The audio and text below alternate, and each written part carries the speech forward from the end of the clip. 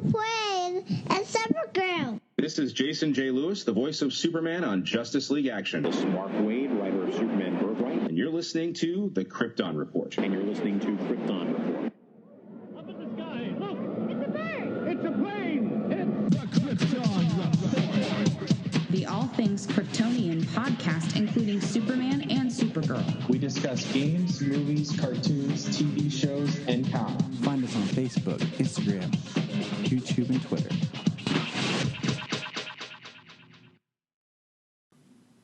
Welcome to the Krypton Report. This episode is the final episode in our summer movie Batman Joker Countdown. That was a YouTube exclusive. This is a commentary track for 2008's The Dark Knight. We did record an episode based on Suicide Squad that was supposed to come out in August, but we had so many technical issues and the audio just didn't capture that we decided that we're going to hold off and re-record it next year as part of a post Birds of Prey and a pre-The Suicide Squad discussion. So this is our last one of Batman and Joker. Until then. This is Jason J. Lewis, the voice of Superman on Justice League Action. And you're listening to the Krypton Report. Welcome to a very special Krypton Report. This is part of our summer movie series. And what we thought about doing was, since it's Batman's 80th anniversary, we thought, hey, what better way to celebrate Batman's 80th anniversary than just review Batman films as our summer movie series? And along with that, we decided to do films focusing on the Joker, leading up to the upcoming Joker film in October. So now we are in place. It's time to talk about the second, maybe first favorite Joker film, 2008, The Dark Knight, starring Heath Ledger as the Joker, which has revolutionized and changed the Joker forever. And Solomon, Jania, Bryan, and James and I discuss The Dark Knight. Okay, guys. Welcome to the Dark Knight Krypton Report. It's me here, Godzilla, and Mothra is sleeping. Mommy and Daddy and me, Godzilla, and Bryan and James, and Phil, and what's Phil? Phil's not here. Phil's not here. Dark Knight versus Dark Knight and Joker and Two-Face. It's got Scarecrow, the Joker, and okay, Two-Face. We are going to look at probably, maybe arguably the greatest superhero movie of all time. Comic book based film. Probably the best Batman movie. I say probably because I kind of go back and forth between two. But as we continue our summer movie 80th anniversary Batman films, today, finally, we're here, guys. The Dark Knight. Well, it's about time. And like I said, Godzilla's here. You just heard Bryan. We also have the lovely James and the beautiful Jania. They're here too. Oh, making me blush. I'm lovely. That means Beautiful James, I'm the lovely Jania. All right. It's Godzilla. So, 2008. Okay, so let's travel back real quick. Let's jump back to 2005. Did you guys see Batman Begins in theaters? Yes, I did. Yes, because I'm not some peasant. Okay. Did you feel like there was an excitement or a hype for it, or like there was this like buzz for Batman? did you Not entirely. It kind of came up.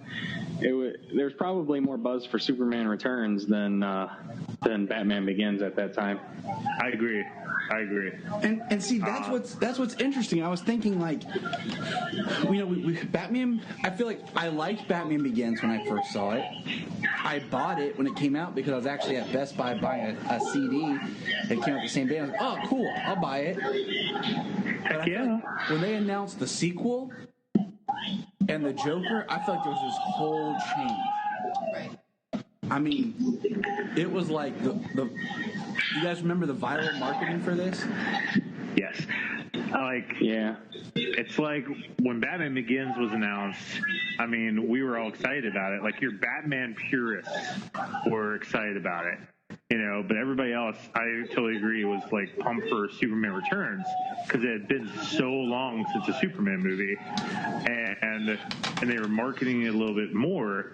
Batman Begins was marketed, you know, as more mature type audience, but after that movie, because it did so well and blew people's minds, The Dark Knight was marketed way more heavily, and everybody was losing their mind. I mean, you got to think, you know, this is debatable, but what was the worst movie? Which one was worse? Superman 4 or Batman and Robin? You know, that's what we're coming off of. That's hard. It is hard. And that's a debate for another day. Do you So, But I'm just saying it's okay. So we're going to fast forward. Did either of you see the Simpsons movie in theaters? Yes, I did. yeah. Okay, so do you remember the teaser? Do you remember the teaser trailer for this? That came out with the Simpsons movie? No. No, I just remember Spider Pig. Okay, so my brother and I went to see the Simpsons. I was inebriated when I went to see The Simpsons. I don't blame you. So it starts out with just a black screen, and it's blue fire, and you hear voices talking about escalation. And then Alfred says, well, you did it first, sir. You change it, and then you hear the Joker kind of laugh at one line, and it pulls out, and all it is that bat symbol on blue fire. That's all it was. And that was a year to the day of The Dark Knight's release.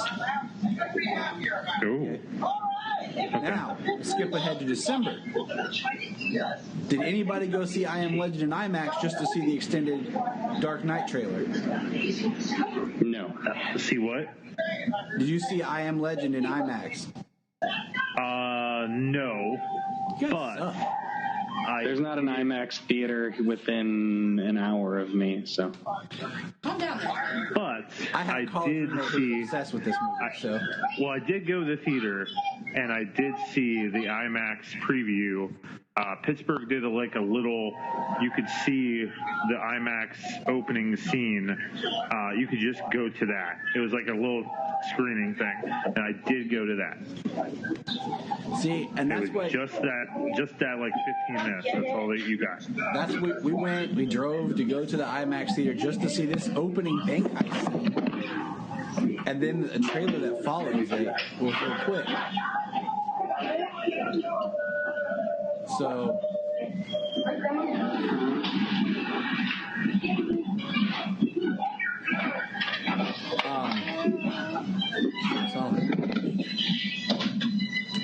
so we had that, and then, you know, that was 6 months out, give or take. And, you know, we had the viral marketing build up for it. Now, do you guys remember when they released the first picture of Heath Ledger's Joker? This was 11 years ago. So the first picture they released was of his face was kind of cocked backwards. The eyes were in black shadow. And you saw like the white forehead, the white mouth, and then the scar smile. I was working at Hot Topic seasonal at the time, and I got that T-shirt in, and I just remember it being a big deal for that first reveal Joker photo. Like everybody talking about, oh, the scars and what's this? And it just kind of kept going. I think I know what you're talking about. Yeah, right there on the disc. Yeah.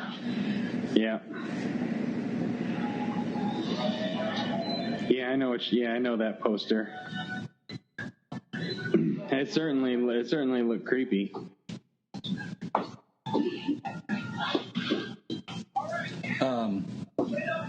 So we had that. And then the last thing was it January? Is when Heath Ledger died. I don't remember. I want to say it was because it was like January or February, I want to say it. But I want to say it was January. All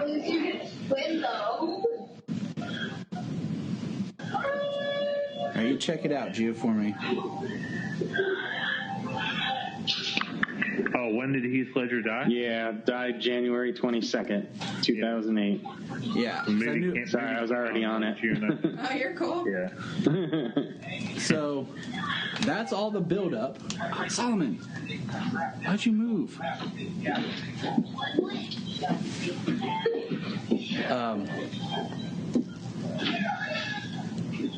You okay? And then, did you guys go opening night for this? Yes, it did. Yep, I was in. I was working till 11:30 that night in Uniontown, Pennsylvania, and I went to the midnight showing right after work. I drove probably about 85 miles per hour to get to a theater 20 minutes away. Wow. I was not playing. I had to see this movie.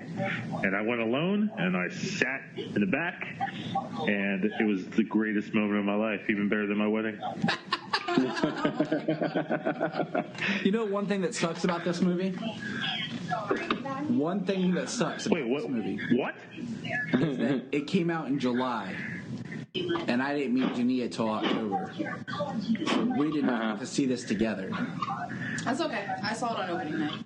I know I did too, with Jerry, but I'm just saying it would have been great to spend that with you because in a couple months I got to meet you. Aw. I met my wife in April of that year. And wait, this movie came out in 2009 or 2008? 8.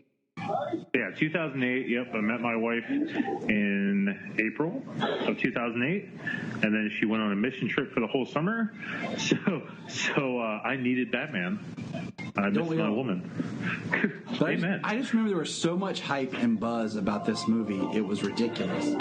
And to me, like, this movie feels like a sequel to Batman Begins, but yet it has a different feel to it completely. Yeah, Batman Begins was so good that this one definitely was riding high on its coattails.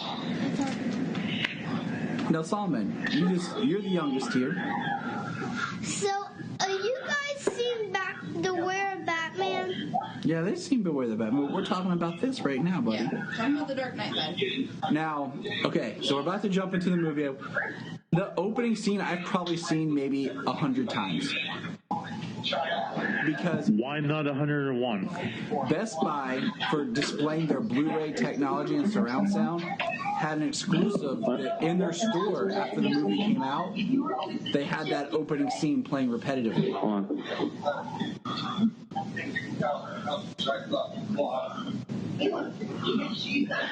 I've seen it a number of times on YouTube. I watched it a whole bunch before the movie had come out, after it got leaked or released online after it was released in the theater.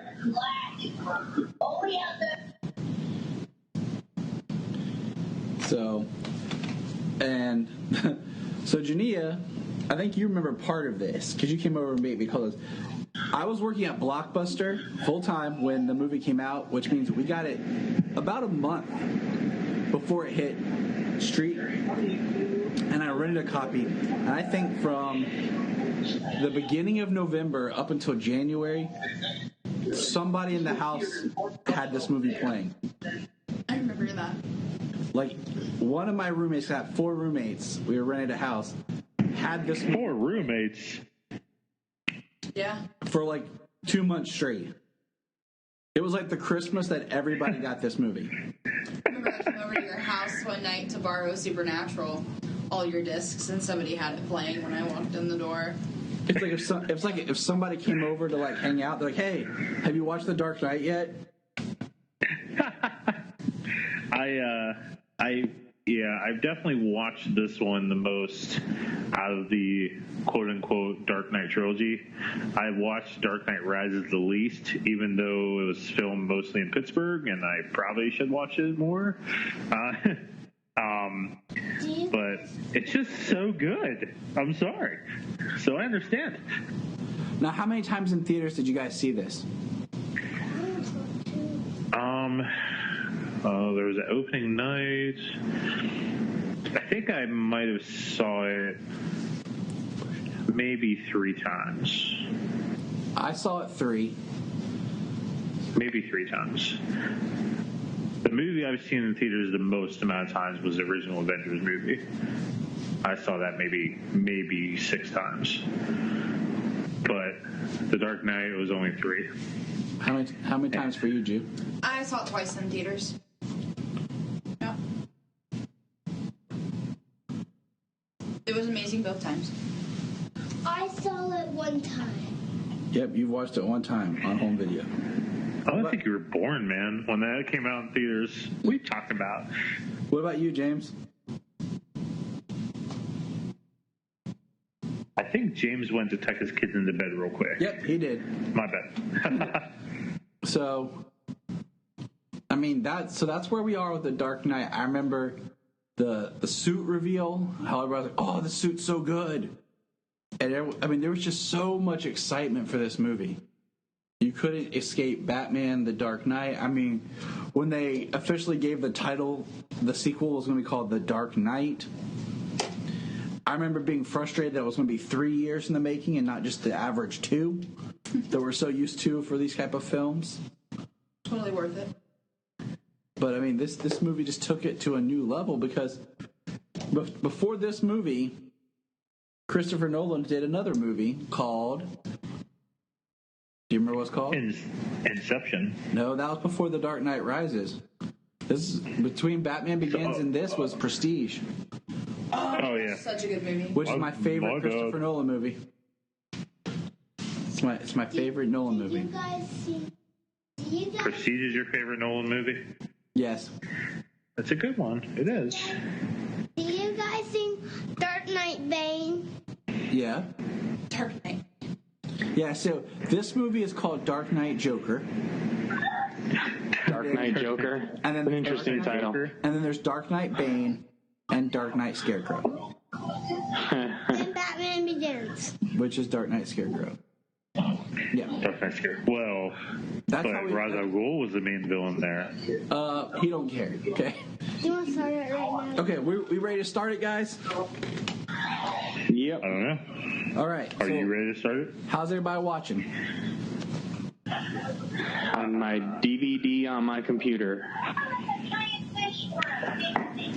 I will be doing the 4K edition on my Apple TV.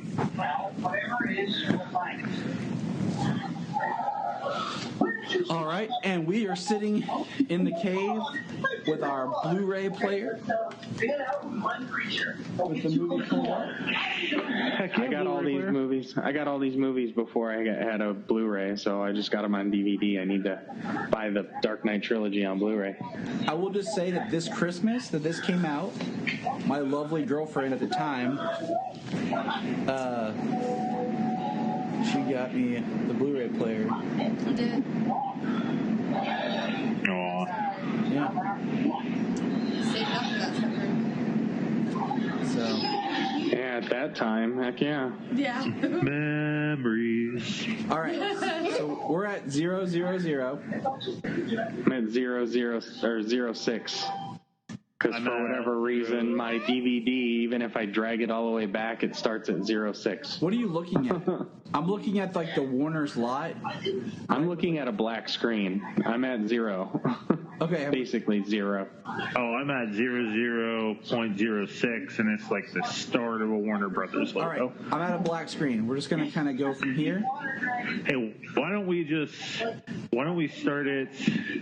Hold on. Let me think here. Why don't we start it with... Go to 0, Bryan. You know what? Your mom goes to 0. Okay. I don't know how to take that. Yeah, that's what your mom said. I'm sorry. Let's keep it PG here. All right. Are we all at 0? I'm still laughing at that joke. Yeah, we're all at 0. Black screen. All darkness, dark night.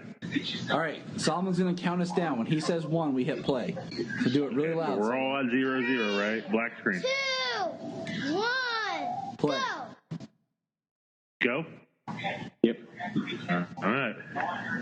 I am at Warner Brothers Pictures. Yep. Wrestling Whoosh. I am 9 seconds in, 10 seconds in, 11. All right. I'm seeing the legendary symbols coming up. Yeah, me too. Yep. So first of all, We're pretty close. I like the fact that this is color coded. Yeah. You know, like the blue is used as like the identifying color of this film. Gold being what they used, like brownish gold for Batman Begins. And it's so quiet when it starts. And then here's that blue fire smoke. And then there's the shadow bat symbol. I thought that was so badass, man. And then boom. So right from the beginning, this is crazy if you think about it. Because right from the start, this is just a city. And it looks like a different city, too. Oh, yeah. Straight up. This movie has a completely different feel than Batman Begins. Like, this movie is so raw, and that's something I love about it, is it looks like there's no sets. Like, they're just filming everything location. And, I mean, here's the shot of the Joker on the corner with the mask. Gosh, I love that. I love that scene. I love that angle. Just the pose, holding the mask in the hand. That mask is a homage to Cesar Romero's clown mask. Yep, and we actually watched that episode not too long ago of Batman 66. What was it? And then Pagliacci or something? Sounds about right. Homage. Yeah, in Batman Assault on Arkham, when Harley's digging through hers and Joker's stuff, she pulls out that mask too. It's used in the Hush cartoon. And what other Batman animated film had it where Bruce was at his computer and like you see Joker with that mask on? I don't know. Probably the Return of the Cape Crusaders, maybe. No. I don't know. Was it the Killing Joke when he had all the pictures of Joker, a bunch of different pictures of Joker up on the screen? Maybe. I mean, yeah. I'm trying to think. That's the one I haven't seen, and that's the one I haven't watched in a long time. And I think that's it. I know what you're talking about. There's a scene where he's sitting at the Bat computer, and he's, still doing investigations on Joker. I'm thinking it's the Killing Joke because of his escape and whatnot. But he's got all kinds of different pictures of the Joker up there, and I feel like these masks and that homage is kind of where they're at with the Joaquin's makeup. Okay, guys. Scarecrow's coming. Not yet, buddy. In a minute. Now, Jania, speak louder when you have a comment. You got to talk over three dudes. You said. No, I know. I just said I love how he just so easily blends in. He just fades in with everyone. And I'm going to say this right now. The best thing about this Joker is the fact that everyone thinks and believes that he's crazy, but he's the smartest, most tactical tactician that they have. That's because Gotham deserves a better criminal, and he's going to give it to him. Exactly.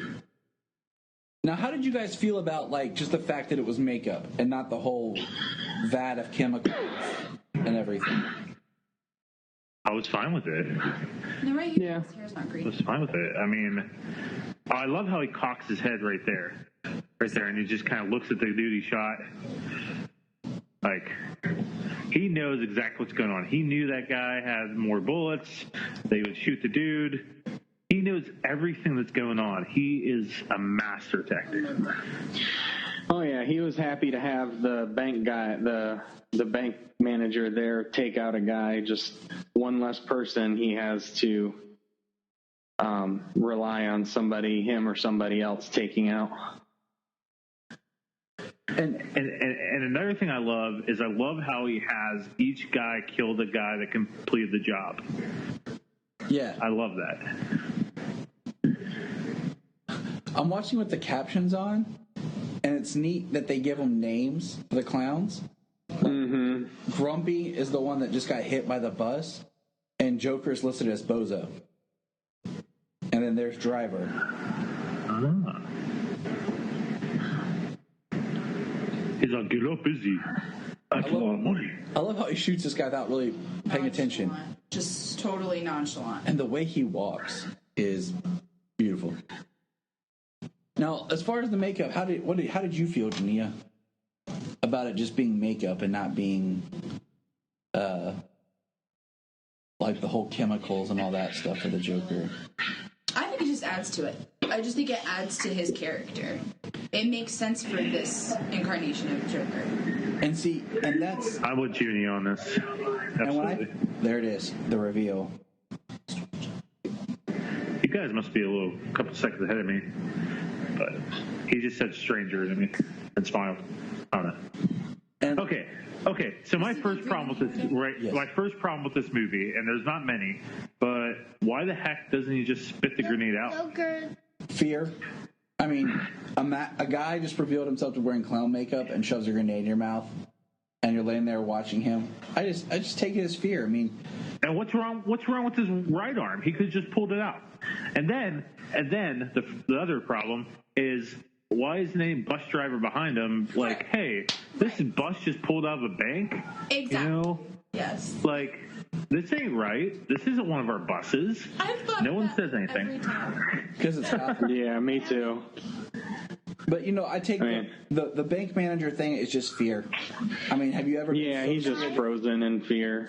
You're just paralyzed with fear. Right. And well, when he popped out the shotgun, he didn't sound so fearful. You guys are dead. And part of it... He had a shotgun. He had a shotgun, but he didn't realize the kind of person he's dealing with. Now, can we take a moment to, like Jania pointed out, if you pay attention in that scene, his hair's not green when he has his mask on. Nope. But when he pulls it off and he walks away, his hair is green. Yep. So that also kind of makes you think, was he standing on that street corner with his makeup on and nobody noticed a dude on the corner with makeup on? Yeah, I'm like, Hey, I think it's God like just doesn't care. Yeah, it's a busy city. I mean, think of Chicago or New York. Yeah. A lot of people are just not going to pay you any mind. that, or he could be like a street performer. You know what I mean? Like, that's what people's minds. Yep. Solomon, who's coming? Scarecrow's coming, guys. Now, this part right here, I loved. It made me so happy because it's the first time we've seen in one of these Batman films continuity. I love that there's this overlap that Crane's still out there.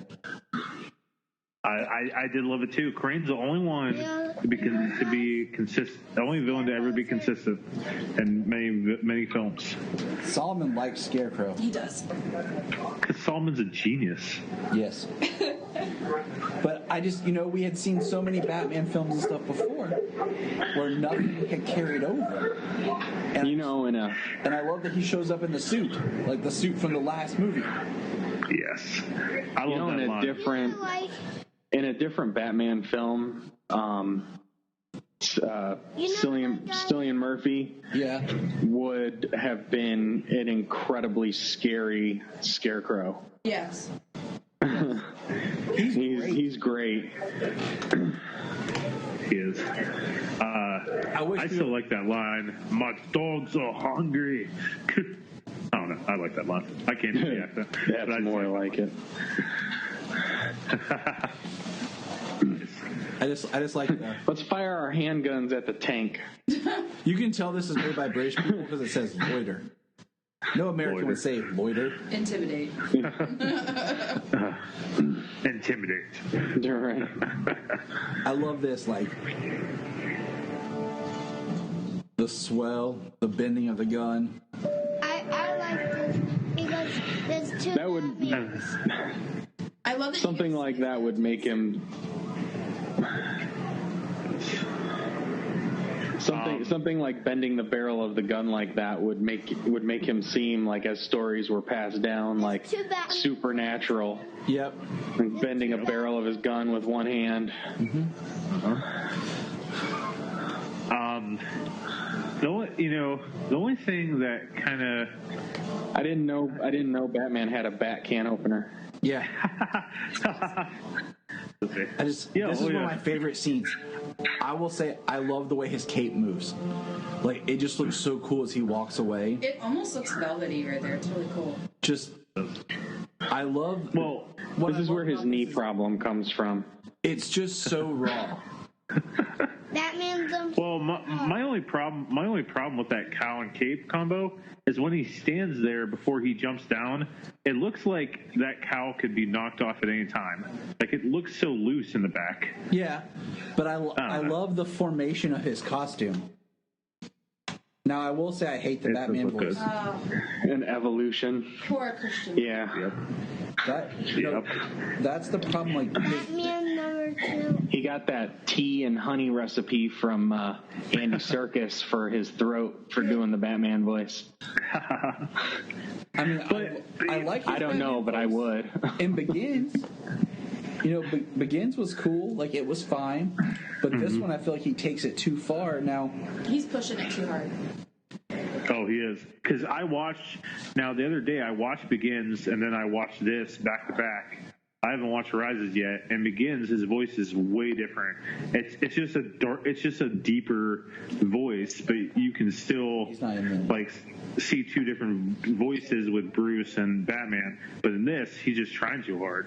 It's just my man or the tire bomb. well, if you look, like, most of the time, like, the voice is okay because he just gives like 4-word sentences. Like, he's not giving a speech or really talking to anybody, but it's when he actually tries to yell or talk that. But Batman. Or when Batman's. Mr. Gordon says, "Hey, now, what's Alfred?" Right there. What was Alfred? Michael Caine. Or he says, That was Alfred. Why do you want to kill me? His subtlety and his facial expressions as Alfred, I mean, it's just so impactful. I love, like, even right there where he was looking at the bed and his just, like, disdain that he had for the fact that Batman or Bruce wasn't there in bed. I'm going to say. Just subtle. It was very subtle. There's been no bad Alfred. Yeah. There's versions you might like better, but you can, honestly, every Alfred has been a great Alfred. Just Michael Caine just knocks it out of the park, though. Like, I can't really pick a favorite, but he's just really amazing. I agree. Yeah. I'm not here to movie. Because it's got to be low. And I really do like, is it Sean Pertwee? Gotham? Yeah, Sean might be my favorite Alfred. And then Michael McCain really close behind. Sean's got that edge of being a younger Alfred. Mm-hmm. And I like him. You know, guys. I feel like, we got this. I had almost forgot. I don't like this Alfred. That in Batman Begins, the district attorney was murdered. Like, I remembered, like, he got killed. Oh, yeah. I forgot that he was, like, the district attorney, when I watched... Oh, yeah, he got shot and thrown in that crate, right? Yeah. When he found the microwave thing, yeah. Yeah. Yep. So, I mean, Michael Caine's a great Alfred. I've just always been such a fan of Jeremy Irons. So to see him in BVS and Justice League, he's fantastic there. He's just he's like a different kind of Alfred. You know what I mean? Yeah. He's got his own. Well, he's kind of like that MI6. He's more almost. He still does. He still does some of the stuff. Like, he serves him food and stuff, but he also works on his tech and things. Yeah. So he's very in between. Yeah. I feel like he's more like the partner in crime Alfred. Like, I'm your back. I got your back kind of guy. I'm with you. Right. Less of the butler, more of the it's like we're in this together. It's like he's the butler for show. Yeah. More of like there's no way you're not gonna do this, so you would need at least somebody watching your back. Mm-hmm. Now, Aaron Eckhart, I love him in this movie. He's one of those actors that I really like, but he never appears in a lot of movies I like. So I love him in this movie. He's not someone I would have thought to cast. But man, do I love him in this movie. He has a really good face for this. And what I mean is, like, he can look really genuine and kind of like, sweet hometown boy, and then the next minute he can look kind of sinister. He's interesting. Okay, you find him cute. We get it. Oh, I can appreciate this man's face. No, I'm just saying that, like, there's a duality to his face, which makes him perfect for this character. Now, real quickly, how did you guys feel about Maggie Gyllenhaal stepping in for Katie Holmes? I'm going to go first. I can't stand Katie Holmes. If I was George Lucas, I would have asked Warner Brothers to just pull a George Lucas and just have Maggie Gyllenhaal redo all of Katie's scenes in front of a green screen and put her in there. George Lucas? You mean Christopher Nolan? No, you know how George Lucas was, this whole thing with green screen Star Wars, replace actors with CG, manipulate the footage. Touche. Good point. Yeah, you're right. My bad. My bad. I don't know. Like, I go second. In the first movie, I mean, Katie was okay, but That's Mr. Golden. I don't know. Like when she slapped him for the gun thing, that might have been her only really kind of decent scene. But like with Maggie taking over, I was perfectly fine with it. Because you felt more emotional things. I don't know. Maggie's a better actress. That's what it is. That's the answer. Okay, I go first. For sure. I feel like Katie cheapened the first movie. But Jania's pointing out, admire Dent's office. Just how busy it looks like. He is dedicated to his job. Yeah. And from a production point of view, I love the fact that you can just see normal traffic behind him. Like just cars going back and forth that are just normal. It's not like they have someone out there controlling traffic or anything. It just feels like another movie. Yeah, what's up, Solo? So why... Okay, I go second. Okay. Why his hair is orange? It's not orange, it's blonde. Kind of looks a little orange. Why his hair is blonde? Because that's what color the actor's hair is. Yeah. Well, I think that Solo. I think it's to emphasize that Harvey Dent's a little bit of a pretty boy, and it's to. I don't know. It's to show he's a bit of a pretty boy. He's different than Bruce. I think that's what they're going for. He's different from Bruce in a lot of ways, and the blonde hair is just kind of helping with that. And it helps his face, and your mom likes that. So I gotta point out real quick here, the guy who's playing Lao just got cast to play Shang Tsung in the Mortal Kombat movie. So, just throwing that out there. I wondered if that was him. I wondered. By the way, this red-haired guy, it should have been Edward Nygma. That's all I got to say. It should have been Edward Nygma. That's all it had to be. This guy looks like a guy we were going to college with at the time named Ridge. So, his name was really Ridge. Yeah. Wow. So, when this came out, everyone just called him Ridge. And Ridge got pinned as the guy who tried to out Batman. So, it's kind of fun. And what happened to Ridge? He went on to sell furniture. That was the last thing I knew. Is it really? Because that's what happens when you mess with Batman. Morgan Freeman. You know what I mean? Morgan Freeman as Lucius Fox is great. Amazing. I mean, once again, think about this. They did the same thing they did with Superman in the movie. Christian Bale is a really great actor, but he's one of those indie actors that no one had really seen. A lot of things. Jania knew him from Little Women. I had seen him in Equilibrium and Reign of Fire. But the general public didn't know his name, but all the people they patted around him, Michael Caine, Liam Neeson, and Morgan Freeman. Okay, Rucker Howard. James, the ballerina. Yes. Well, Do you know? how's she doing? I do know. I can't remember. I do know. She was one of the what episode? She was in Smallville.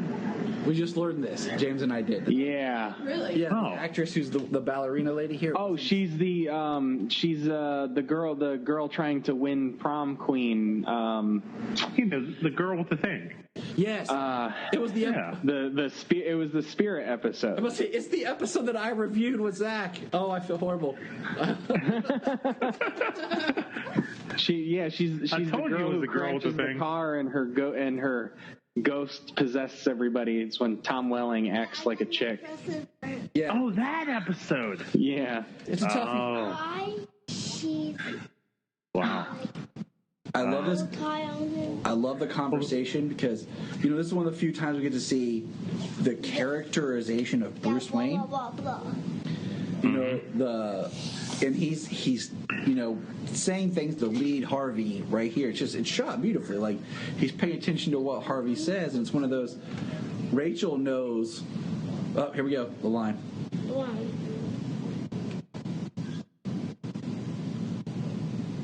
Man, that's a good line. Which line are you One of the talking about best there? lines ever.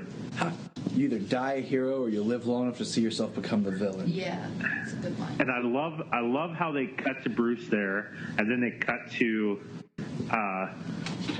what the heck's her name? Rachel. Like, I love how they cut to Bruce, and Bruce is like, Dent could take over for me.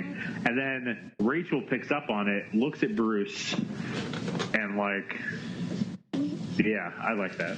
Never mind. No, it's great. I completely am for it. And then here we go. Oh, yes. All right.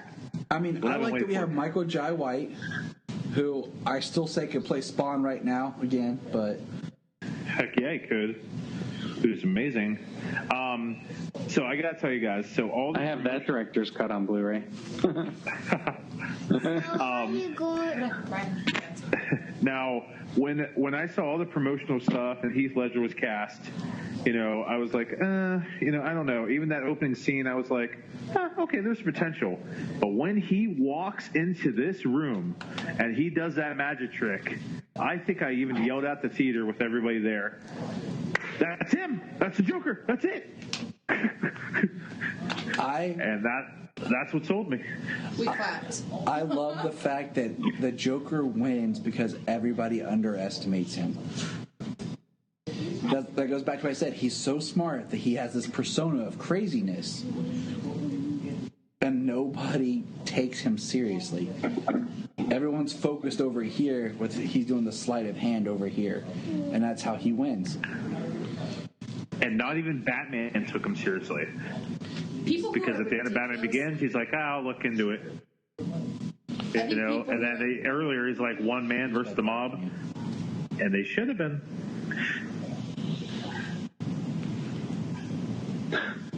You just gotta tell it, didn't you?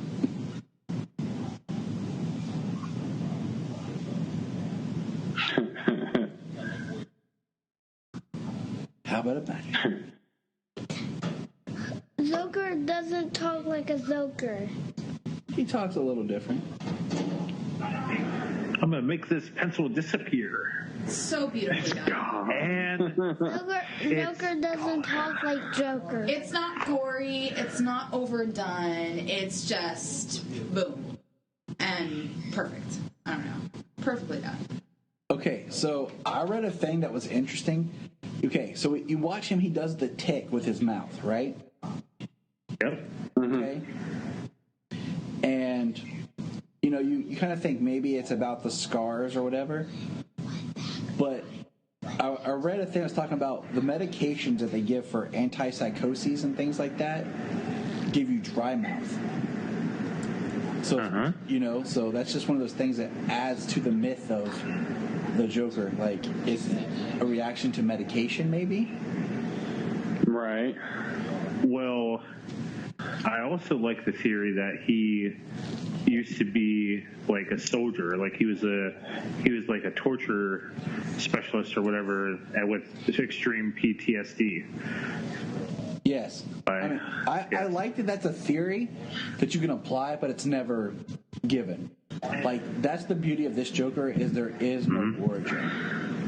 And he feeds into that line from the Arkham Asylum comic where if I were to have a past, I prefer it to be multiple choice.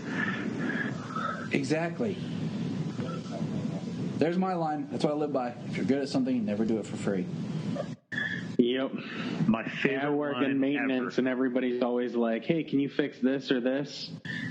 Well, good something for a price. It's amazing how the black makeup around the white just make his eyes pop that much harder. He looks so good. For his grandma. I feel like his makeup is very clear in this scene, like very, like a lot more crisp. And then, like, as the movie goes on, I feel like it just kind of, well, the cool thing about the slowly fades. It's like so smeared in other scenes. The cool thing is about the makeup is Heath Ledger applied it himself.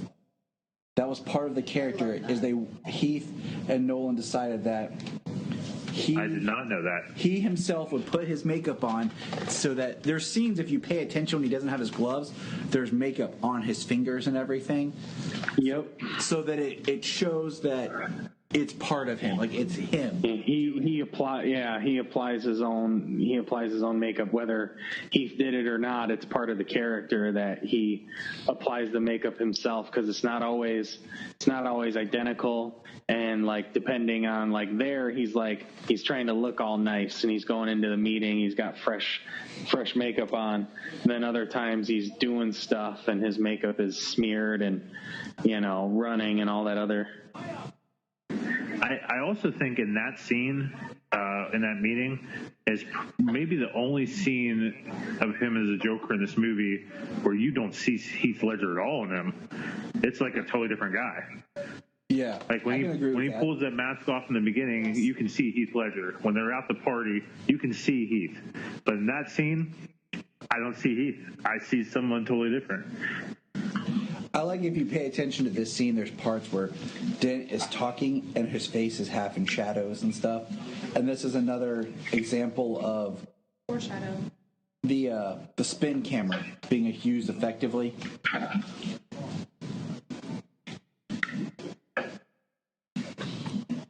Oh, man. Moving bookcase. Janine and I have always said that we want to put in a bookcase, have it move, make a secret room and stuff. Tyler, it's not secret if you tell everybody about it. All right, I'm going to edit that out. Guys, that's all I've ever wanted in life. I've always just wanted a secret room. That's all I've ever wanted. And now that I have more than anything, like I need bat poles. To the bat. Cut out a giant hole in your floor. I swear I'll do it. Like turn the utility closet into a pole to the basement, to a bat entrance to the basement.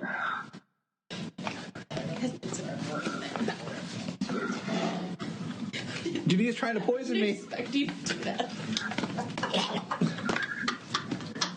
She just had me try this drink.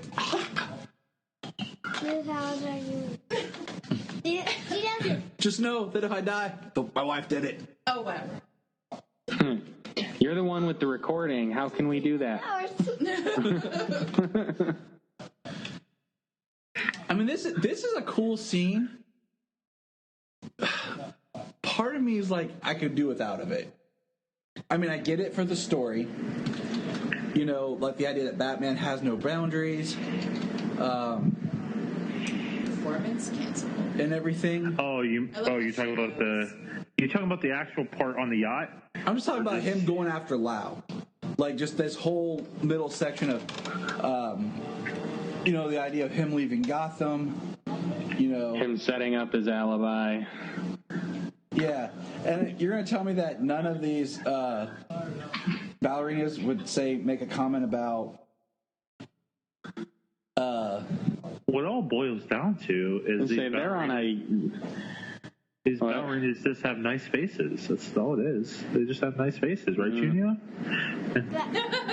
He says Ross is back. He's got, let's say, all them ballerinas are now on a beautiful, billionaire's beautiful sailboat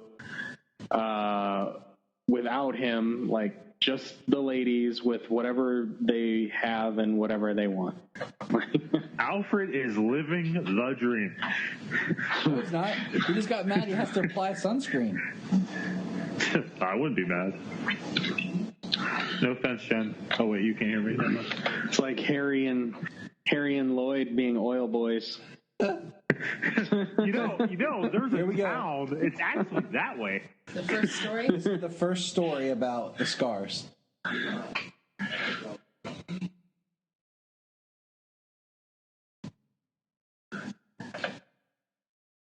I wonder how Michael Jai White would have been like if he was actually like fearful.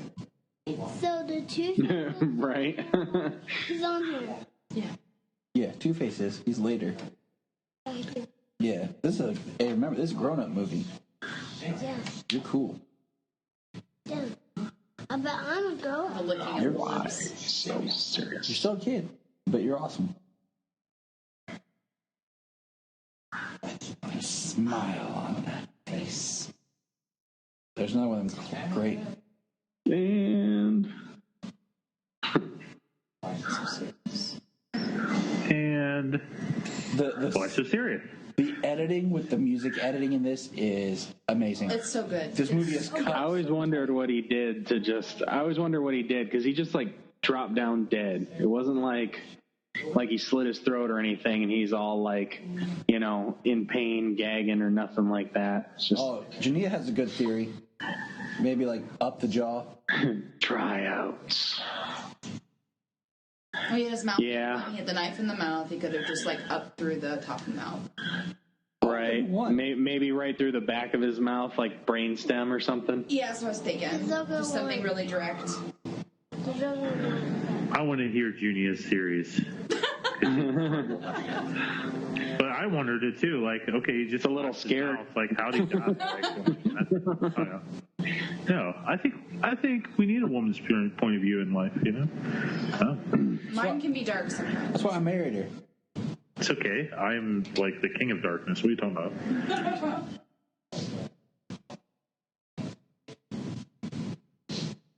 Okay, and the cell phone thing, that's the next thing that kills me. But it don't bother me. I mean, he dropped one off and like he purposely had it out so they would say something to him so then they wouldn't think to check him for one. Yeah, but like when he returns, when he's walking past the guard, the guard's like, "Your phone, sir." He's like, "Oh, I have mine right here." The guard's just like, "Oh, I guess I didn't take this from you." Oh, okay. Well, right, I didn't take this phone from you, and wait, you're not supposed to have a phone in there. Yeah, we could have. But have a nice day. We could have cut that scene just so we wouldn't. Exactly. Worst security guard ever.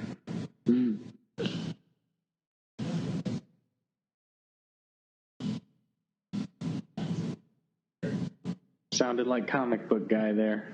Yep. That's what I was going for. There he is. Worst security guard ever. Okay, sir. I'll just put it back in the drawer. It's his confidence level that does it, though. You know what I mean? Like, if he had hesitated on it, the security guard would have had a reason to ask questions, but he was very confident in it. Was it funny? It's Morgan Freeman. It's God. It's the voice of God. What would have been interesting is if that guy had just given that phone to like a friend or something, like they hadn't kept it there, like the phone was like, or the guy like threw it away or recycled it or something. Just like, wait, what's this sonar? It looks like a dump. Now, I mean, this is an awesome shot because I remember this from like I think the first trailer. Yeah. We got the spinning camera and like. The whole purpose of this trip to Hong Kong is this scene. That's it.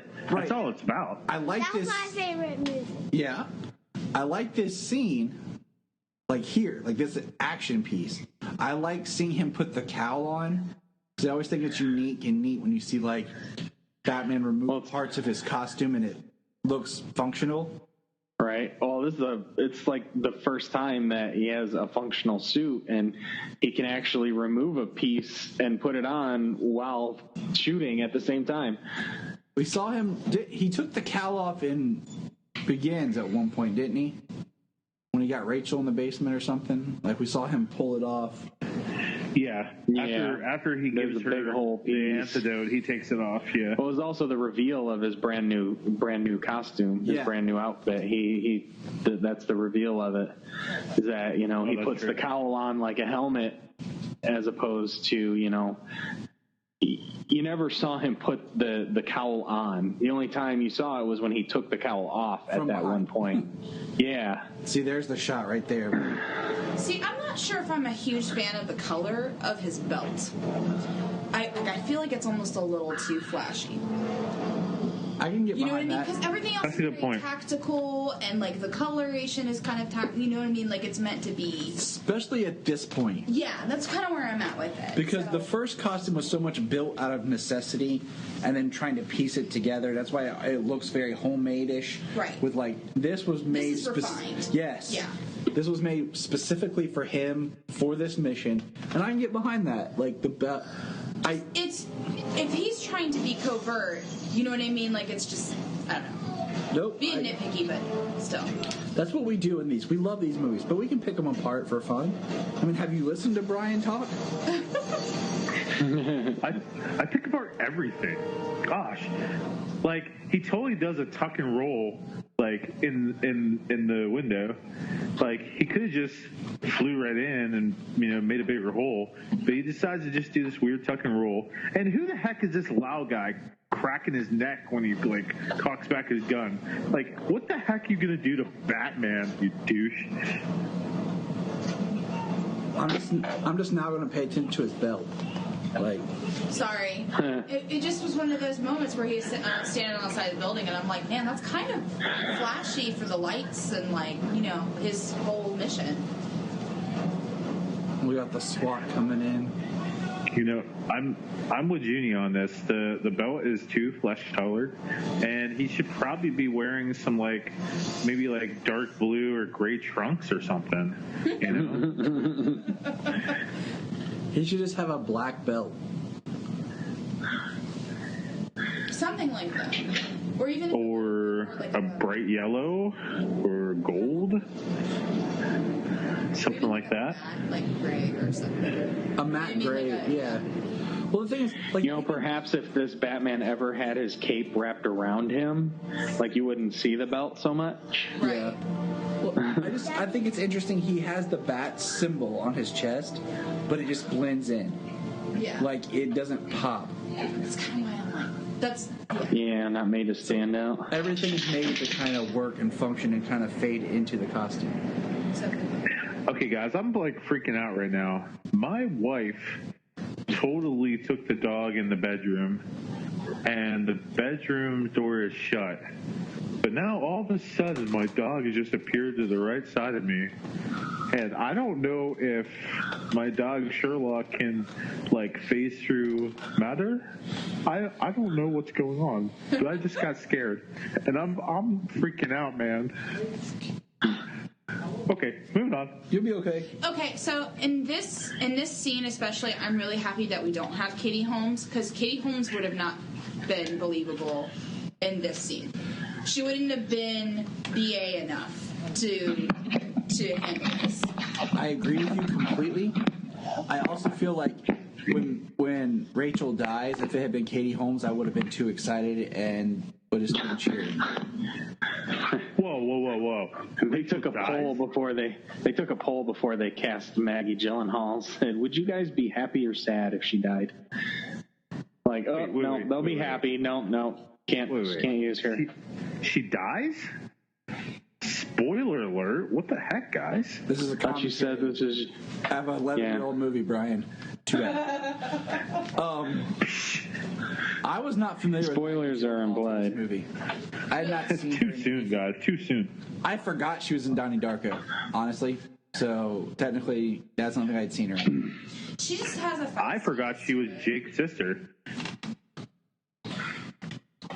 She might not. Kind of a unique last name. I agree. I love that. I don't know. I see what you guys are doing. It's such a politician answer. I don't know about Mr. Lyle's travel arrangements, but I'm glad he's back. We hired the clown. He was right. Godzilla, you ready for bed? Godzilla Patrick. 10 minutes. 10 minutes. Have you ever walked into a restaurant where every single mobster was eating lunch or dinner? Well, Because I haven't. I live in Columbus, And I'm Ohio Italian. You're Gordon. area. 2, have you not heard of a mob restaurant? They probably own the restaurant. It's one of their upfront legitimate businesses. All I'm saying is, my Italian family, you won't get them all in one restaurant. Oh. Idiots. See, the subtlety of the... Way to perpetuate a stereotype. Hey, I can say what I want. I am Italian. Okay? Mozzarella. Gabagool. Just because you can talk like Mario. No, I'm just messing with you. It sounds like It's a me. Mario, guys. Okay, can I say something? This mayor, he looks like he's wearing eyeliner, dude. And I know he's got to be wearing eyeliner. In every shot. That's Nestor... I can't remember. That's his eyes. I've seen him in a couple other things. His eyes just have this... Eyeshadow look? Eyeliner look? He's got some cool eyes. Yes. What does Junior think of this guy's face? Oh my goodness. Too much eyeliner, Junior? Not enough. Does he need to put some blush on his cheeks? Like, what's your feelings on this? I like his suit. He does have a nice suit, though. I'll give him that. I like the use of the 3-button suits because it calls back to that Batman, 20s era look without being too in your face about it. Well, 3 buttons is a little 90s, Mr. Wayne. That is so cool. Yeah, that's intense. Drops in, smashes the window. It's a heck of a statement. As scared as the mayor was, I wonder if they even let him know that somebody was going to be smashing into the window. Oh, I wouldn't have. As a director, I wouldn't have told him. Just get that natural reaction. Yep. Daddy. Deliver your lines, walk up to the window, doesn't even know. Bam! Oh, the TV. Where's the TV? It's on the floor. I really find it interesting how lean Bale is. Yeah. And You know what I mean? Like, if you put him up against Affleck, Affleck is Oh, Affleck would eat Bale alive as he Batman. would. Affleck is a tank. Yeah. He's bigger in Batman Begins. Now, do you guys know that this whole scene of the interrogation was shot handheld camera by Heath Ledger? Wasn't this actor? That I did know. I did know that one. This actor was actually scared. Yeah.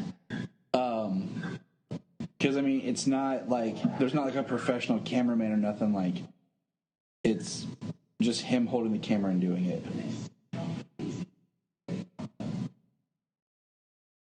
I remember you telling me about that.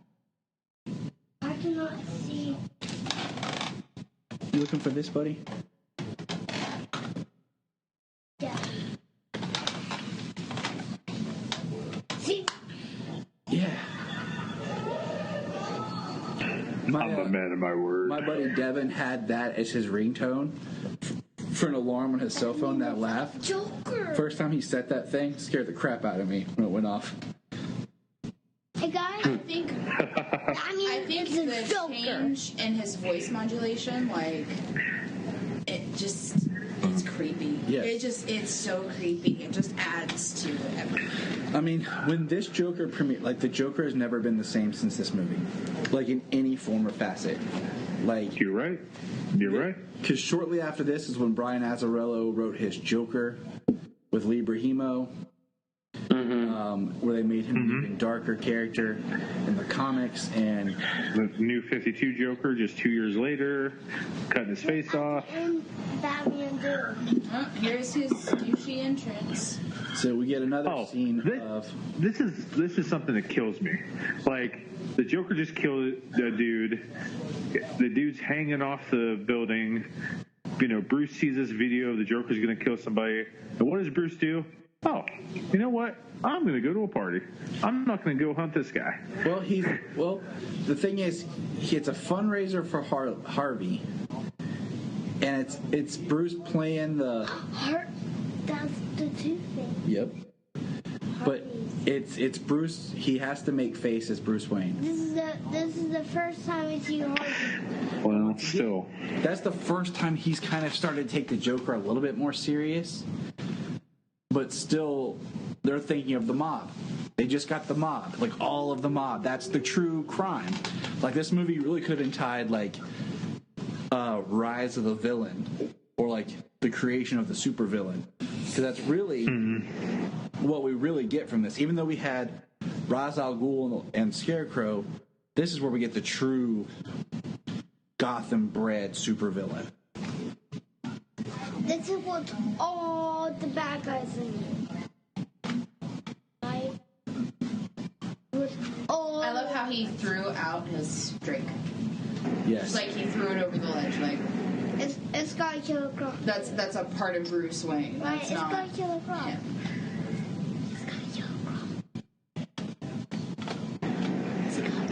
you know, everything that kills me about this Rachel is how she just strings him along. You know, she was never going to be with him ever, Batman or no Batman. Right. It's because she'd already moved on, and she was, doubting it herself. And then here's the hardest working man in Gotham right here, who gets no love and respect, Gordon. All this man does is Darn right. Also, killer casting. Yes. We've kind of brushed over Gary Oldman's casting, but he has that, I don't know, he's just such a great actor here that he can disappear in a role. And he's just old enough to be Gordon and just young enough to be Gordon. Great observation. Oh yeah, he was. You're totally right. He's the best. He's the best Gordon. He's the best Gordon on screen ever. Period. He's the only person I exclamation point putting Dracula to James Bond. Yes. And yep. He's not even Commissioner Gordon yet. He's just Lieutenant. No, he's Gordon. He's still Gordon. He's Mr. Gordon, Daddy. Yeah, I love Gary Oldman and everything he does. He is amazing. Mr. Zorg. I have not watched him in a very long time. That's one of my first memories of Gary Oldman, Mr. Zorg. I think, okay, what year did that come out? Because it's either that or Lost in Space. Lost in Space was 97. Okay, yeah, it's a toss-up between those two. Yeah, because I know I saw them both. So my first Gary Oldman was with Dracula, same as Junior. One of his first I can remember. 97, The Fifth Element. Okay, so those came out the same year, so yeah, somewhere in there. Oh, yeah, Fifth Element. Bram Stoker's Dracula was in 92. I know I saw that too. I didn't see when I was pretty young. I didn't see that movie till I was way old. In my yesterday. Wonder why. The Lost in Space film was 98. You know why I didn't see it? Honestly, because I wasn't that interested, and I was a little creeped out by it. My dad would have let me watch it. Please. Yeah, Keanu Reeves. That's all I needed. Yeah, true. Keanu Reeves, Winona Ryder, and Gary Oldman. Do those cops look that surprised when it blew up? Nope. They looked up, but Anthony Hopkins. Kind of because they're part of it. Yeah, from their lack of reaction, I always figured they were, they were in on the fact that she was living on borrowed time there. This is a scene that, at that gun blast,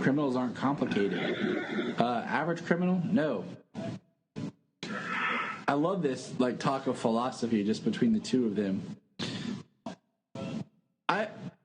I personally like the idea that the criminals kind of created Batman instead of in this is kind of like Batman creates the criminals.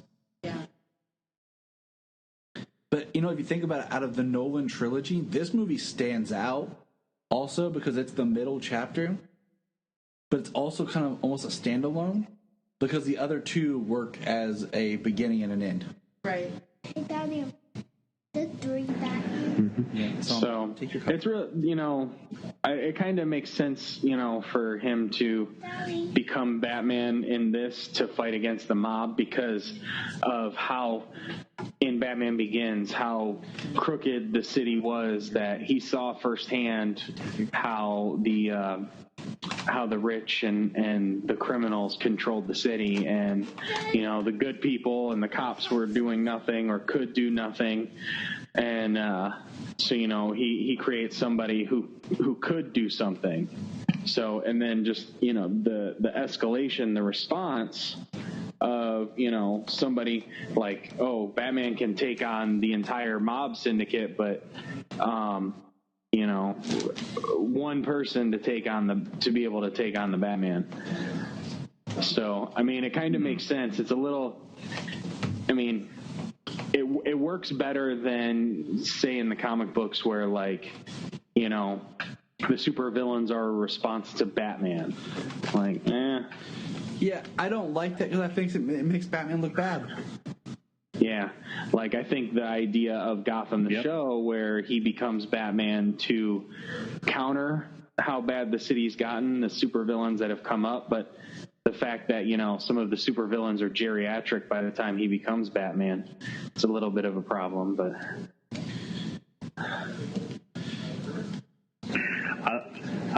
I love how Batman says to Gordon, I need a few minutes with the scene before your men contaminate it. Like, I'm so much better of a cop than you guys. This whole thing right here is like the one scene that people call out of him being a detective. I still don't think it makes a whole lot of sense of how he does the fingerprints thing. Thank you. No, I'm not. Yeah, I never got how this is what is supposed to be going on here.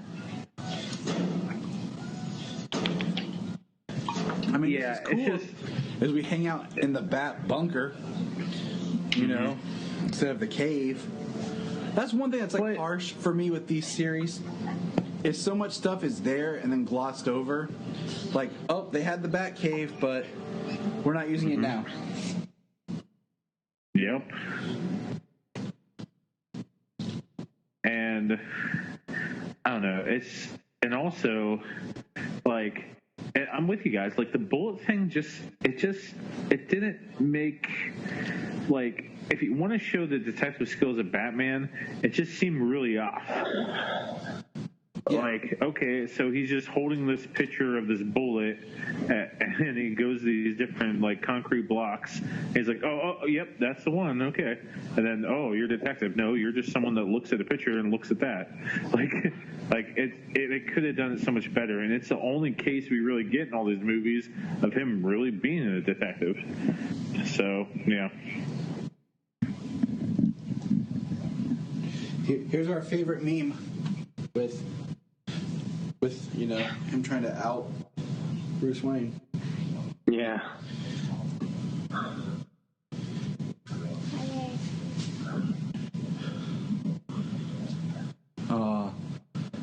Poor Ridge.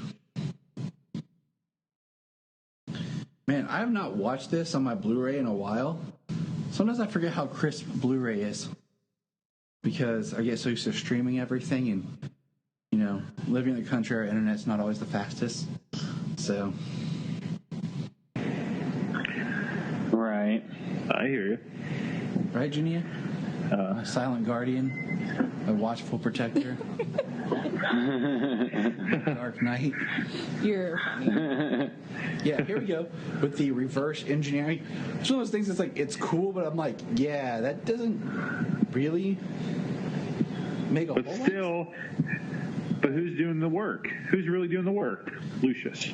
Well, I mean, I do like the fact that if you think about it, this with Lucius, Alfred, and Bruce kind of make up Team Batman, so that when we get to Team Arrow and Team Flash, they have this kind of idea of a group working, not just the one hero. It does make it a little bit more believable that Batman has a team and not just him by himself. Yeah. Yeah, that's true.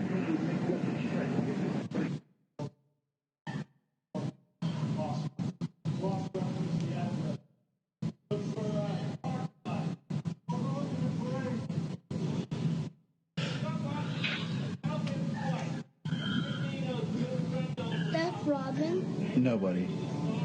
Sadly, there's no Robin in this. No Robin in this. Nope, just Batman and Alfred. The red is interesting, though. Very obviously for Bruce Wayne. I think that's Robin's card because it's red. Oh. So, coming up, I've heard of people saying, like, nobody noticed the Joker in the 21 gun salute guards and stuff, but apparently they weren't paying attention because, like, he took the whole group of people, not just the guy he's replacing. Well, so he's got his own people with him right there. Yeah, I mean, the only thing is, as you watch this, they're all looking up and out. Nobody is looking at the person next to them. Nobody's paying attention to who's around them. And I mean, the thing with the Joker is the scars. That's what's going to give him away. And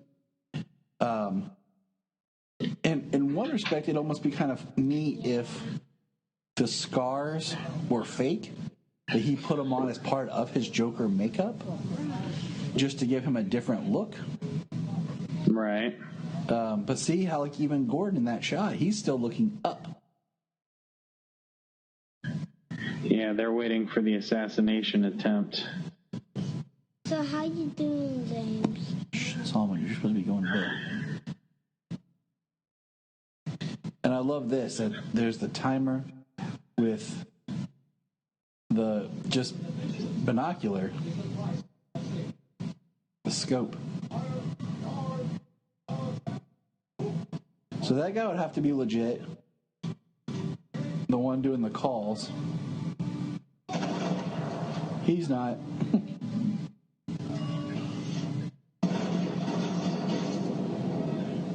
Ooh.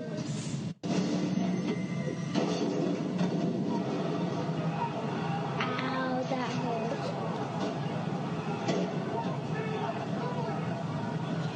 And then they're just shooting in the crowd, like Chaos. No, it's interesting that who it is that finds Gordon, because he's not one of the crooked cops. But look, there we go. Harvey Dent. Anger. That's Harvey.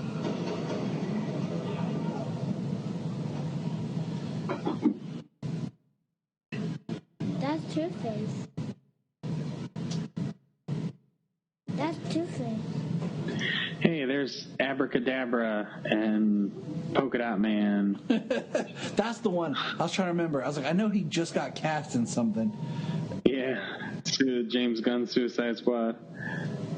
I never thought they're going to do Polka Dot Man. Yeah, right. But I'll tell you what, though. Tom King gave a very heartfelt, amazing story to Kite Man. So, and there's Barbara. And then there's the psychopath, Jimmy Jr. What's that kid name is? Jimmy. Did you ever read Black Mirror? No, I've heard of it. The story that Scott Snyder did about James Jr. and the psychopath of what he just becomes.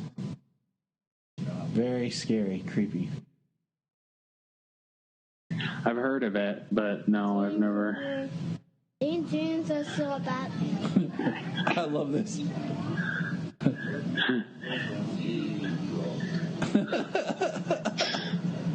Yep, she is not there to talk. Not his wife, not his family. She's not there to talk. And then Batman's at the club. That's how them mobsters are. I feel like this scene is like an ode to Joel Schumacher. All right, bright colors and flashes. Right.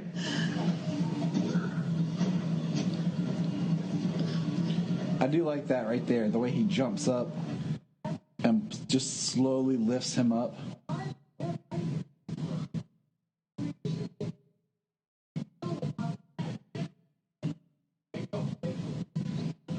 See, this is where Harvey starts to see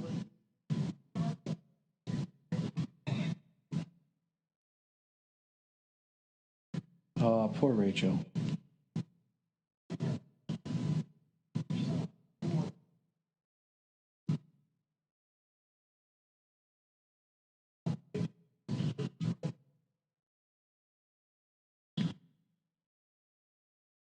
Bruce's penthouse. It's the safest place in the city. I love that. This is where you start to see Big Bad Harv.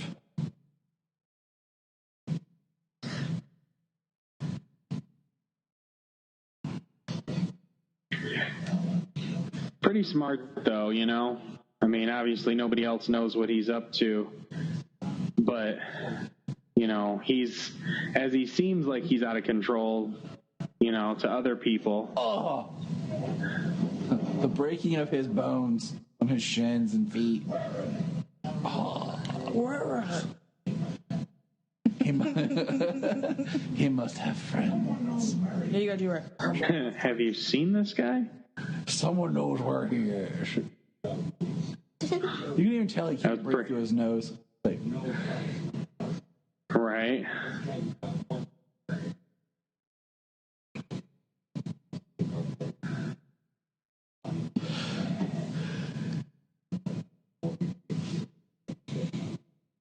I'll get you.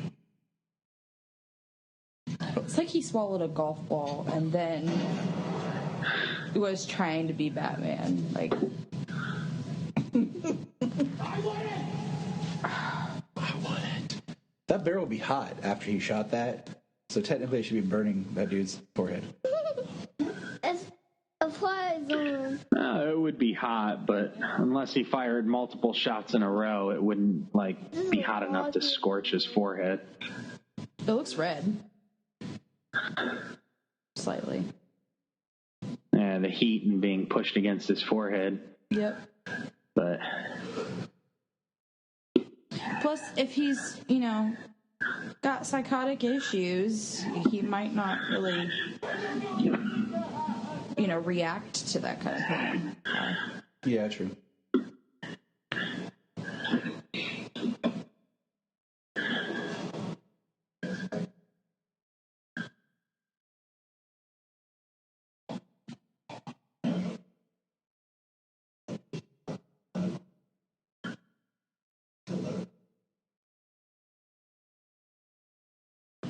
Michael Batman just walks away.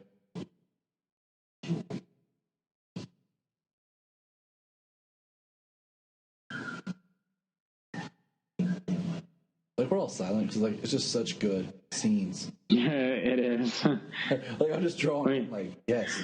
When you actually hear him talk, he's saying something meaningful.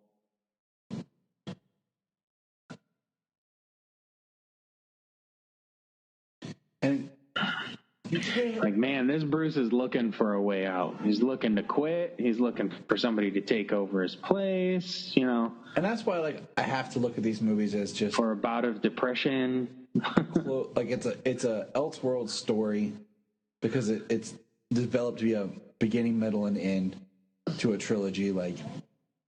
This Bruce was never going to be the ongoing mission on crime. 20 years in Gotham. Yeah, Yeah, this is definitely, they designed it. There's a nice special feature on The Dark Knight Rises where they talk about it, how they designed the trilogy to be the story of Bruce Wayne, beginning a crusade and finally being able to get over what happened to him and his parents.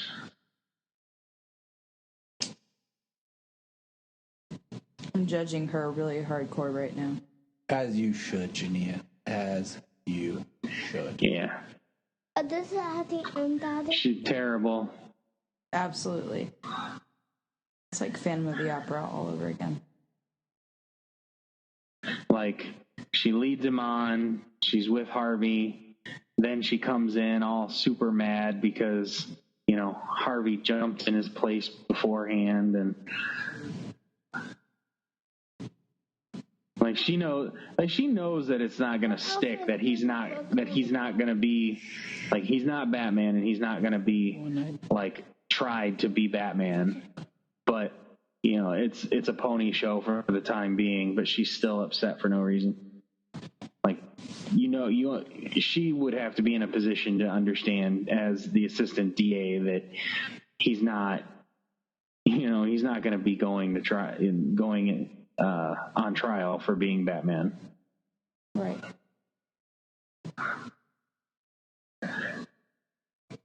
Good line. Good line. Today I don't want to. Yes. This is a great line. I love this, but I did bloody tell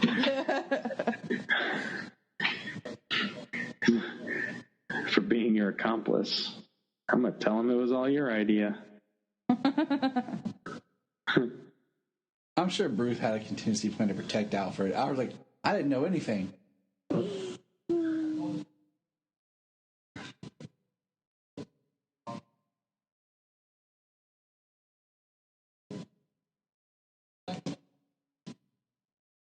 See, I just love the way that everything's shot around these windows. So much natural light. Just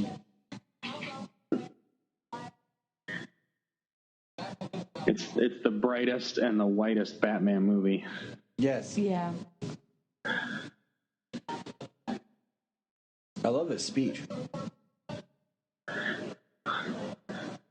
Between this movie and The Dark Knight Rises, you see more happening during the daytime than you do at night, and you see so much less of Batman. Yeah. Look at the shadowing on his face here, on Harvey's face. It's subtle. I love it. Yeah. It's so subtle. And there's that.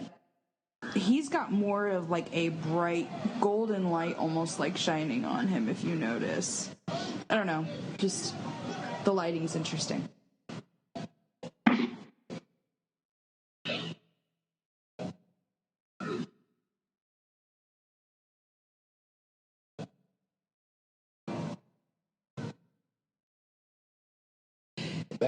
Everybody's like, what?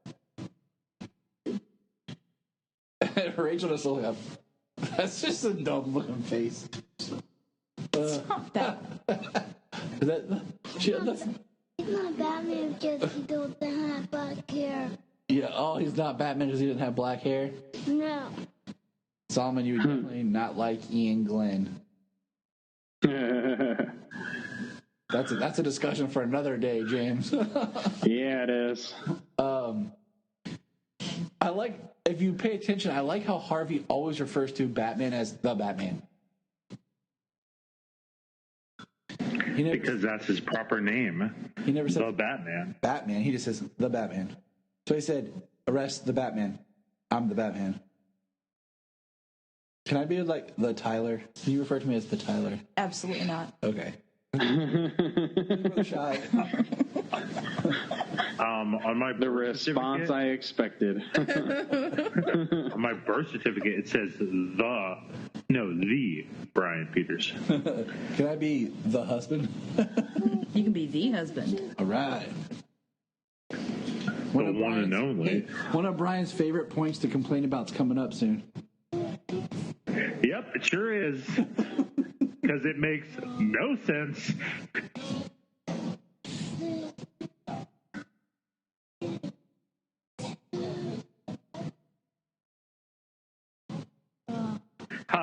says the convoy stopped for no reason. Give me a break. Gosh. Well, it makes me kind of wonder, like, because the way they shoot the driver. Yes. See, I do that all the time. When Jen's like telling me I'm being stupid or something, I just kiss her automatically. It shuts her up right away, and it works every time.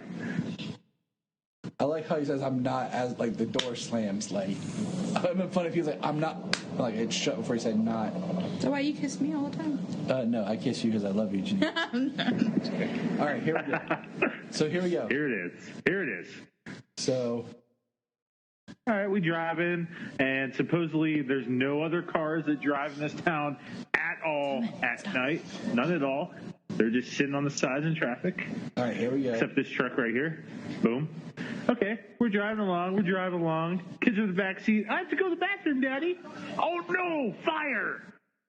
Now, as you can see from that aerial shot, they can divert down around instead of just go onto the other side of the empty highway with all your lights on. Yeah, and just all they have to hit their lights, go over, and then plenty of room. They're already on. Keep going left. Go left. No. Yeah, go down there. Yep. And then they could have don't go down into the tunnel where we have no place to go. Stay on the upper road. The entire other side is completely empty. Oh, here's a truck here. This might be a bad idea. Nope. I tell you, great sequence, but yeah, I thought the setup. Very first time I saw it, I was like, well, that was dumb. Yes. Which made me think about the drivers. Like, that sucks. But a semi, and we even get the slaughter is the best medicine. I do like that. I thought that was a nice touch. Yeah. Man, like, he's just always so casual when he shoots a gun. Do you notice that? Like, he's just like, I think it shows also he's comfortable with his guns. Yeah. Well, I mean, does he look like a man that has a plan? He just does things. Everything's methodical with him, though. That's the cool part about it. Doesn't seem like it should be. I'm with Junie on this. I could go. Well, go do that. Go on, dude. You got it. Go, little man, go. It's like on Shawshank Redemption. You don't need my permission to go to the bathroom. All right, so the bathroom is a dangerous thing. Can we just say that go insane. Batman might have taken out the garbage truck driver? He's dead. Yeah, he's flat out dead.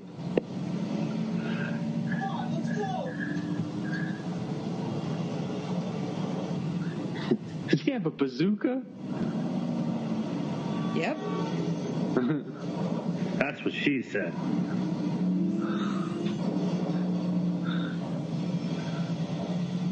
That's not a bazooka. That's a.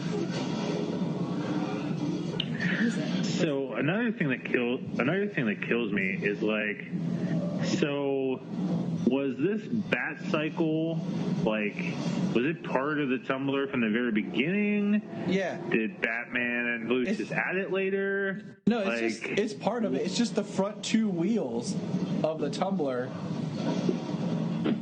eject and become. Well, it seems like something something was done to add to it, being. It just seems overly the pod coming out, and then the pod coming out, and then the destruction of it all afterwards. It explodes, so that way there's nothing left. So I use that line a lot. Like, I don't think initially it was designed for self-destruct. So there were some things added. But I mean, the pod itself was always part of the tumbler design, which I think is neat when you see it pop out, how it whips around into place. I do like that. That was pretty badass. Yeah.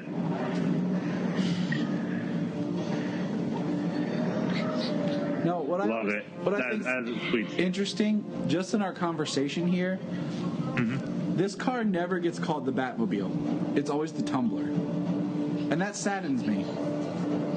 Yep. That gets called the Bat Pod. Yeah. I mean, and then his plane just called the Bat. Yeah, that was stupid. Taking everybody. Chasing the Bat Pod there.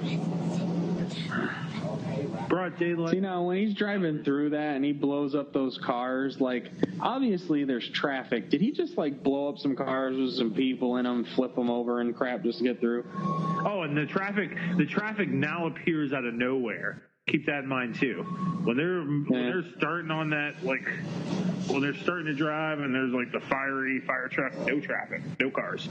Then all of a sudden there's cars. And you're gonna tell me that he didn't kill nobody right there?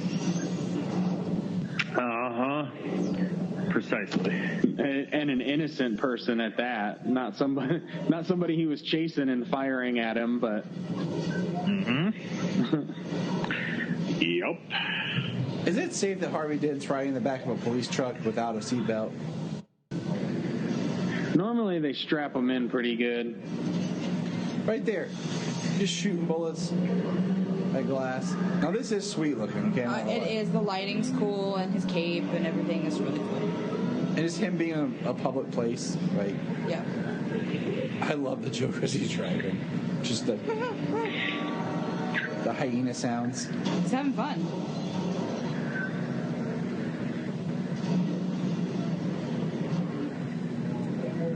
It's pretty cool. Yeah. This is dope.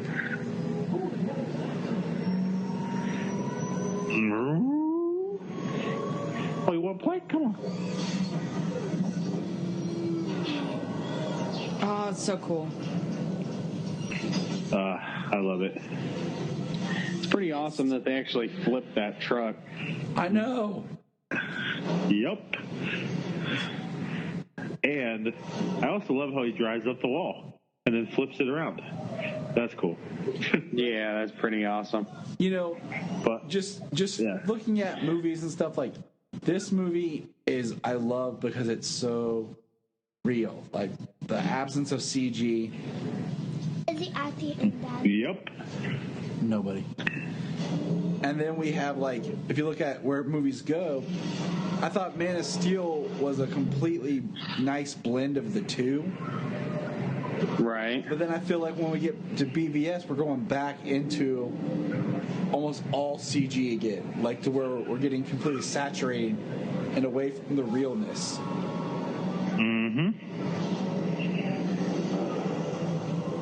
And there's the relationship between the Joker and Batman right there. Love it. He antagonizes him. He wants him to do these terrible things, and Batman does it. See, Genie gets it. Why don't you guys?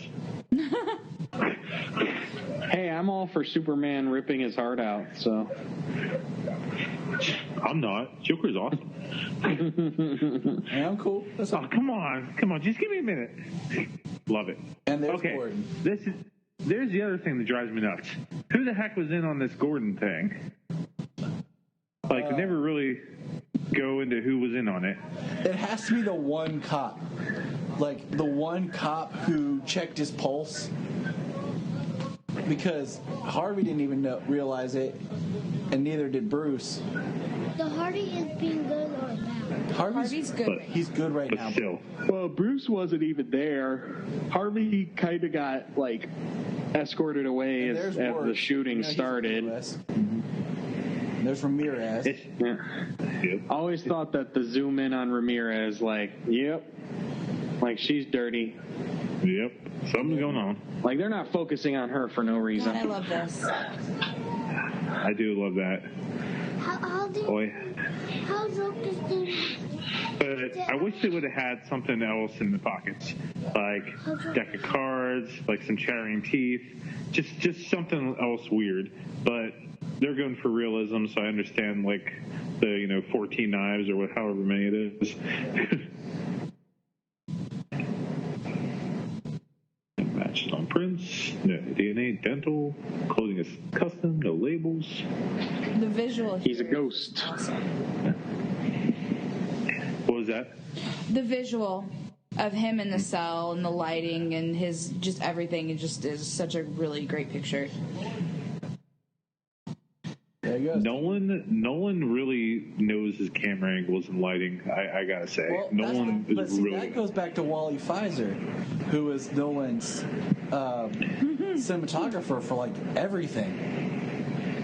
Now we have a color change. I like how that was ad-libbed, by the way. Like him clapping when he was announced commissioner, he just did that on his own. That was not in the script. I love that. I love this. The subtleties in his smile and his eyes as he looks at the guy in the cell with him. Mm-hmm. But yeah, cinematographer, heck of a job. There's such an interesting relationship between a cinematographer and a director. But you're right. Did Daddy save you? It makes me wonder how much little Jimmy there knew. Did Batman save you? Actually, this time, he saved me. Oh, I saved him. Never mind. Yeah. I don't know the rules. Why is Gordon a kid would just be happy to see their dad, For a day, they probably thought that he was dead. I mean, his wife didn't even know. But my thing is, I go to work, and I come home from work, and my kids are excited to see me, and they know I just went to work. Okay, so this scene right here, Heath Ledger worked on ventriloquism to try to practice throwing his voice, because his voice is different here. Yep. And it's been pointed out, each person that he interacts with, he slightly changes his voice. And it's You're right. If you listen and you watch, his inflection and his way he talks changes with the people he interacts with. This interrogation scene and the mob scene are the two best scenes of his in the entire movie. Yes. You're damn right. Well, I just love the fact that Batman's already in there, and we don't know how. What's the time? Let's see. What's the time? Well, depending on the time. And this is the most. He may be in one spot. This is the most clean we ever see the Joker's face as the Joker. Not the guard scene, but where the makeups come off to a reasonable amount.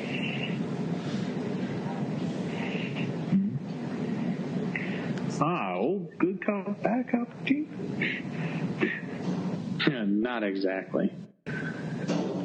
And it's so interesting, Batman in such bright light. Did you see that little flick of Joker's eye, though? He knew something was behind him right before.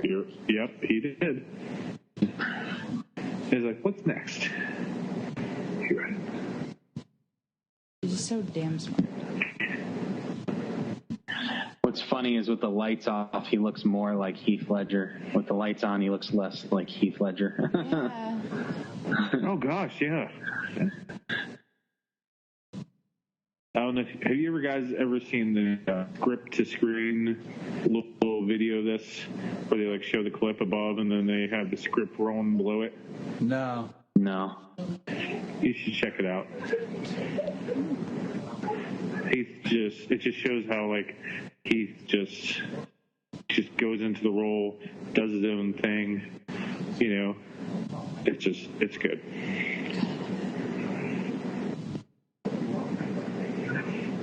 I like that line. Don't talk to him like